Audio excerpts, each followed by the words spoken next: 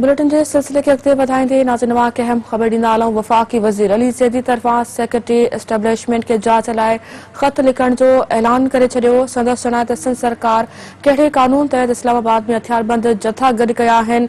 वॾो वज़ीर ॿुधाए त सिंध पुलिस जे स्पेशल जथनि जी इस्लामाबाद में मौजूदगी जो कहिड़ो जवाज़ आहे।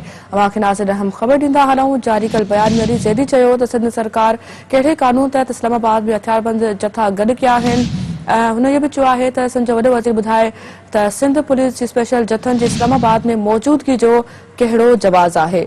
अहम ख़बर नाज़रीन सां शेयर कयूं पिया। वफ़ाक़ी वज़ीर अली ज़ैदी तरफ़ां सेक्रेटरी एस्टेब्लिशमेंट खे जांच लाइ ख़त लिखण जो ऐलान करे छॾियो। संदसि चवणु आहे त सिंध सरकार कहिड़े कानून तहत इस्लामाबाद में हथियारबंद जथा गॾु कया आहिनि। वॾो वज़ीर ॿुधाए त सिंध पुलिस जे स्पेशल जथनि जी इस्लामाबाद में मौजूदगी जो कहिड़ो जवाज़ आहे।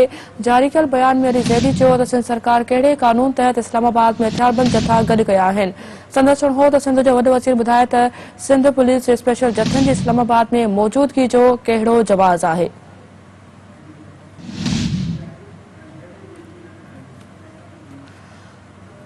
वफ़ाक़ी वज़ीर अली ज़ैदी तरफ़ां सेक्रेटरी एस्टेब्लिशमेंट खे जांच लाइ ख़त लिखण जो ऐलान करे छॾियो। संदसि चवणु आहे त सिंध सरकार कहिड़े कानून तहत इस्लामाबाद में हथियारबंद जथा गॾु कया आहिनि। वॾो वज़ीर ॿुधाए त सिंध पुलिस जे स्पेशल जथनि जी इस्लामाबाद में मौजूदगी जो कहिड़ो जवाज़ आहे।